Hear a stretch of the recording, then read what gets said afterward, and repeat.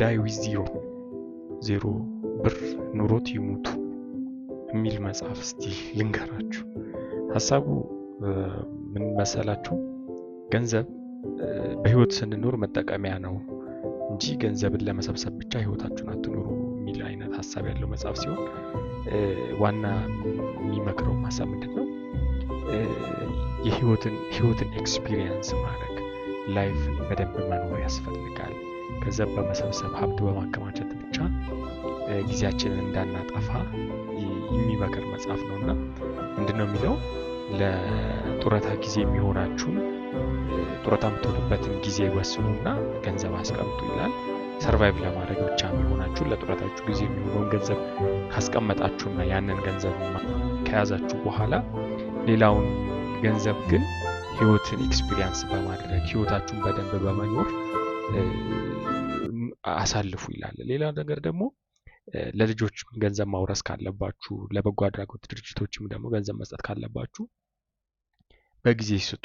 ለምሳሌ ልጆቹ ገና 25 ምናምን እድሜ 20ዎቹ ላይ ያሉ ያኔ ይሄ ውርሳችሁ ነው፣ በዚህ ስራ ጀምሩ፣ በዚህ ቢዝነስ ጀምሩ ብላችሁ ማውረስ ለነሱም ያው ጥቅም የሚሰጠው ያኔ ነው ማለት ነው። እርሶ ኦሬዲ አርጅተው 80 90 ካለፉ በኋላ ልጆቹም ኦልሞስት 60 70 ከሆኑ በኋላ ግን ቢያወርሱ ትርጉም የለውም እንደማለት ያለ ሐሳብም ያነሳል ጸሐፊው።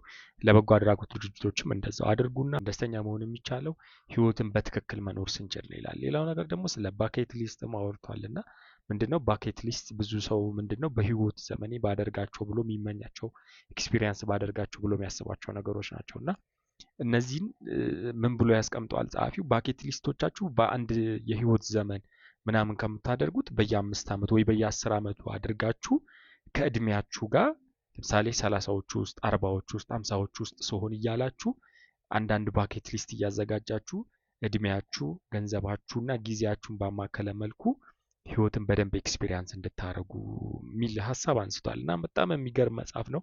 አከራካሪ መጽሐፍ ነው። አክቹአሊ እነዚህ አርሊ ሪታየር ማድረግ፣ ኢንቨስት ማድረግ፣ ሀብት መገንባት ምናምን የሚሉ ወገኖች ደግሞ በጣም የሚቃወሙት አይነትም ሐሳብ ነው ያሰብ ማለት ነው። ምክንያቱም ምንድነው የሚሉት እነሱ በጣም ኦቨር ሲምፕሊፋይ አድርጎታል ነገሩን። ለምሳሌ አሁን ይሄ ለሪታየርመንት ጊዜ የሚያስፈልጋችሁን ሂሳብ ስሩና አስቀምጡ ብሎ የሆነ ፎርሙላ አስቀምጧልና ያ ፎርሙላ ራሱ ኦቨር ሲምፕሊፋይድ ነው።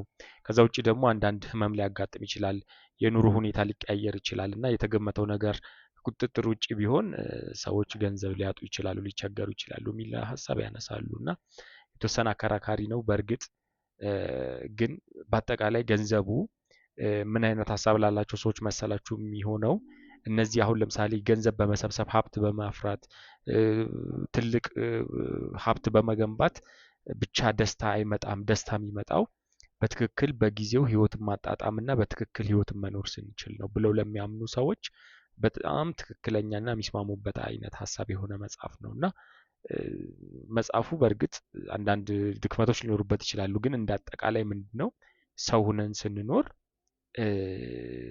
ህይወትን በደንብ መኖር እንድንችል በህይወታችን ማድረግ የምንፈልጋቸውን ነገሮች ሳናደርግ እንዳናልፍና ምንድነው መጨረሻ ላይ ሞት አይቀርምና ሰው ወደ ሞቱ ሲሄድ መስጠት ያለበትን በጊዜ ሰጥቶ ማውረስ ያለበትን ነገር በጊዜ አውርሶ መኖር ያለበትንም ደግሞ ህይወት ከእድሜው ጋር ካለው ጊዜ ጋር ካለው ገንዘብ ጋር እያመጣጠነ እንዲኖር የሚመክር መጽሐፍ ነውና እኔ ቆንጆ መጽሐፍ ነው፣ ኢንተረስቲንግ ነው ብዬ አስባለሁ።